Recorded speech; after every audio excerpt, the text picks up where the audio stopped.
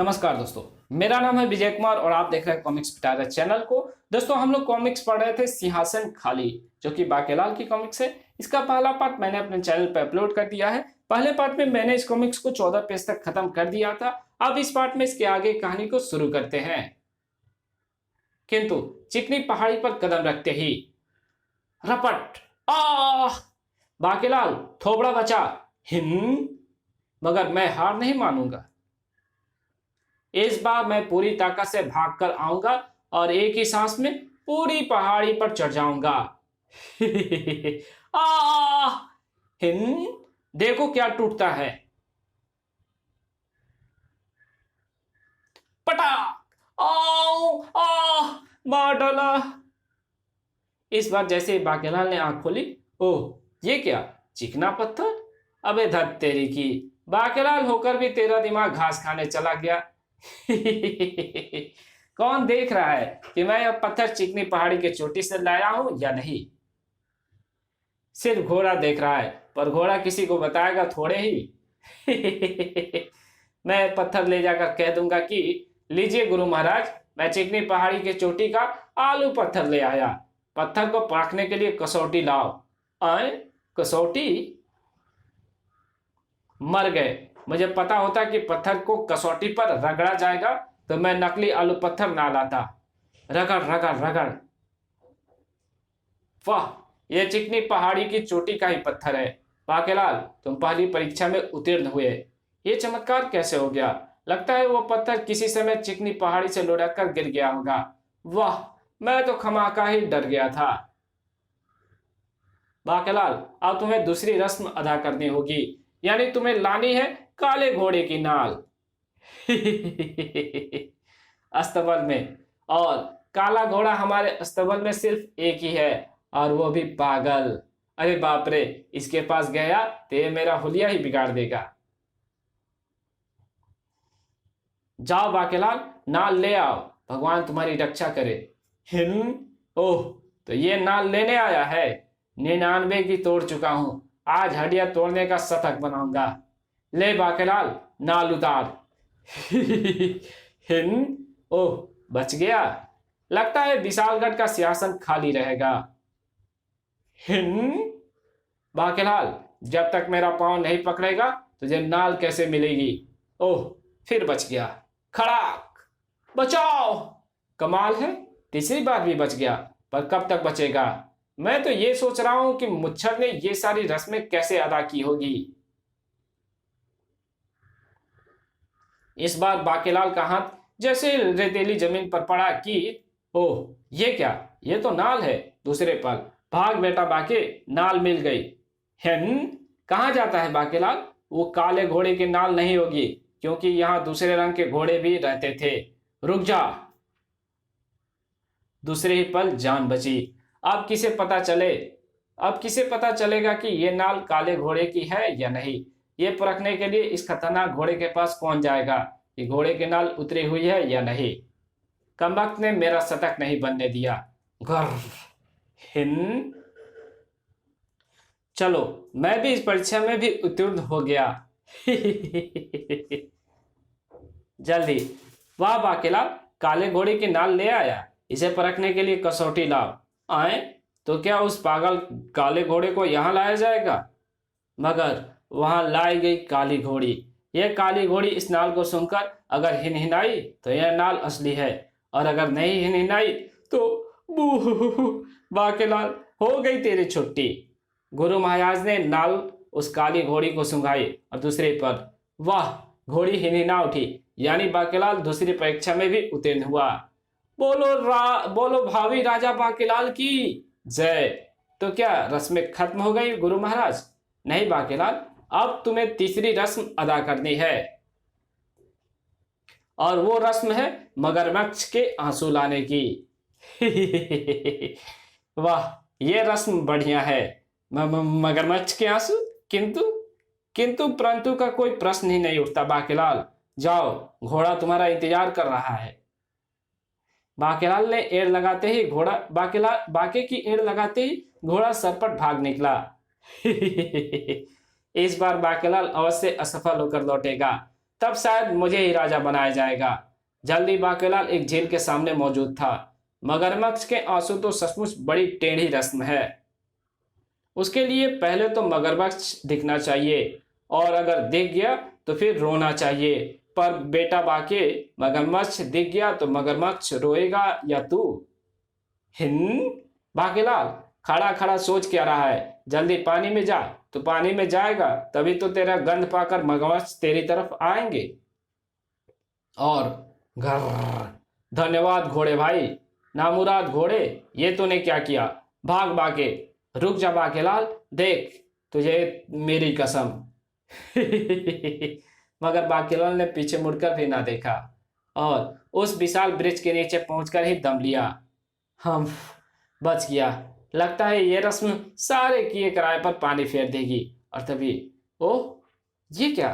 टप टप टप, bridge से पानी टपक कर सीधा मेरे बर्तन में गिर रहा है।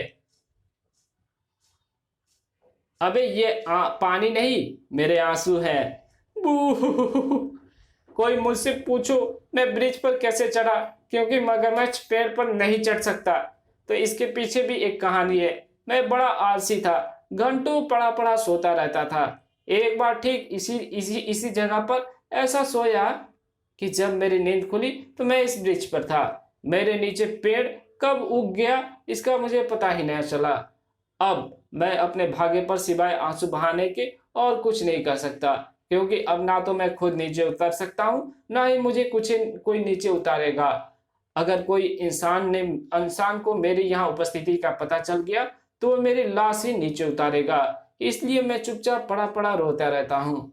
वाह, भर गया बर्तन। बेटा बाके, ये बूंद चाहे कुछ भी हो, किंतु मगरमच्छ के आंसू नहीं हो सकते, क्योंकि मगरमच्छ पेड़ पर नहीं होते। पर फिर भी मैं गुरु महाराज से जाकर कह दूंगा कि यही मगरमच्छ के आंसू है। मगरमच्छ के आंसू को परखने की कसौटी तो हो ही नहीं सकती। अब मैं मगरमच्छ के आंसू की परख करूंगा। मगरमच्छ के आंसुओं और स्त्री के आंसुओं की गंध में कोई विशेष अंतर नहीं होता।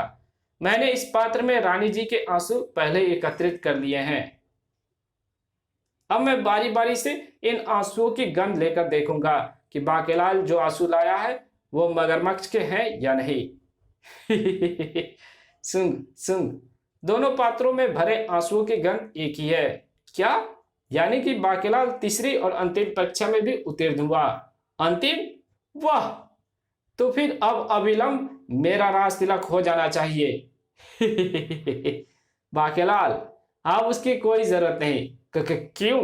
क्या सिंहासन खाली रहेगा? नहीं, मैंने फैसला किया है कि खाली सिंहासन पर मैं खुद बैठूंगा। बिना रस्में अदा किए तब तो मुझे बिठाओ। क्या? अरे, ये तो सिंहासन पर बैठ भी गया, किंतु ये तो बाकेलाल के साथ बेइंसाफी है। बाकेलाल ने आपके कहे अनुसार सभी रस्में अदा की, अब राजा बाकेलाल ही बनेगा। किंतु मेरे जीते जी भला बाकेलाल राजा कैसे बन सकता है? अरे, ये तो हमारे महाराज हैं। अरे, महाराज जीवित हैं? आहा महाराज। बाकेलाल की हालत ऐसी हो गई जैसे काटो तो खून नहीं। ये मुच्छर जिंदा कैसे बच गया?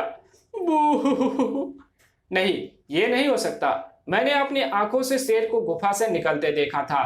वो उसी शेर की खाल पहने मैं ही था। जब मैं गुफा में पहुंचा तो शेर ने मुझ पर हमला कर दिया। एक हफ्ते की भूख का कोटा खुद चलकर मेरी गुफा में आ गया। ओह शेर! मैंने झट तलवार निकाली और शेर के पेट में घोंप दी। आह! घर! शेर वहीं मर गया। तब अचानक मेरे जहन में यह प्रश्न कौधा कि यहाँ बिखरी हुई हड्डियां बता रही कि बाकेलाल को जरूर इस गुफा में शेर होने की बात पता थी। बाकेलाल ने मुझे शेर की गुफा में क्यों भेजा? इस रहस्य को जानने के लिए मैंने शेर की खाल उसकी हड्डियों से अलग की और उसे पहनकर बाहर निकला। मेरा संदेह ठीक निकला। बाकेलाल झाड़ियों के पीछे खड़ा शेर को यानी मुझे गुफा से निकलते देख रहा है। अभी मैं थोड़ा ही आगे बढ़ा था कि अचानक मेरी राह एक विचित्र राक्षस ने रोक ली। मैं विशालगढ़ पर कब्जा करने निकला हूं। मेरी मृत्यु एक ऐसे मानव के हाथों होनी है जिसने सिंह की खाल पहनी हुई हो। इसलिए सबसे पहले मैंने इस वन के सभी सिंहों का सफाया करने का फैसला किया है। ताकि ना रहेगा बांस और ना बजेगी बांसुरी, और तुम मेरा पहला शिकार है। अब मैं तेरा खेल खत्म करता हूं। अरे, ये तो समझदारी दिखाकर बच गया। अरे, ये शेर तो खड़ा हो गया। अरे, इसने तो तलवार भी निकाल ली। अरे, इसने तो मुझे तलवार घोंप भी दी। ओह! क्यों बच्चू राक्षस, कैसी रही? अरे, ये तो शेर की खाल में मानव है। लालत है मुझ पर, पहले शिकार पर ही शिकार हो गया। ओह! ओ भाई, मुझे यह साफ मिला था कि जिस किसी के हाथों मेरी मृत्यु होगी, मेरी सारी जायदाद उसे मिल जाएगी, जो कि उस गुफा में एक बहुत बड़े खजाने के रूप में। तुम वहां जाकर सारा खजाना ले लेना। चंगा भाई, हो नप्पा चल दे हैंगे। आह! मैंने गुफा में जाकर देखा तो विशाल खजाना देखकर मैं समझ गया कि बाकी ने मुझे शेर की गुफा में क्यों भेजा था। मैं बहुत प्रसन्न हुआ, किंतु लौटते वक्त यह विचार मेरे मस्तिष्क में उभरा कि यदि वाकई मुझे कुछ हो गया तो मेरे बाद आखिर मेरे राज्य का क्या होगा? कौन बनेगा राजा? यदि बाकेलाल बना तो क्या यह विशालगढ़ का राज्य सुचारू रूप से चला पाएगा? बस इसी बात की परीक्षा लेने के लिए मैं गुरु महाराज बनकर एन उसी वक्त आ गया जब बाकेलाल को राजा घोषित किया जाने वाला था, और बाकेलाल मेरी परीक्षा में सफल हुआ। अगर मैं निश्चिंत हो गया कि अगर मुझे कुछ हो अब मैं निश्चिंत हो गया कि अगर मुझे कुछ हो गया तो बाकेलाल अपने बल, बुद्धि एवं कौशल से इस सिंहासन को कभी खाली नहीं रहने देगा।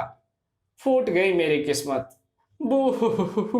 अगर मुझे पता होता शेर की खाल में मुच्छड़ ही है तो मैं उसी वक्त तलवार मारकर इसके दो टुकड़े कर डालता। पर अब क्या हो सकता है? बाकेलाल, एक बात तो मैं भूल ही गया, यानी पुच्ची। पुच्ची, तेरा बेड़ागर्क मनुष्य। इसी के साथ ये कहानी खत्म होती है। मिलेंगे एक और नई कॉमिक्स में, तब तक के लिए बाय। अगर ये कॉमिक्स आपको अच्छी लगी है तो इस कॉमिक्स को लाइक कर देना, अब वीडियो ज़्यादा से ज़्यादा शेयर कर देना और एक अच्छा सा कमेंट भी कर देना। Thank you very much video देखने के लिए।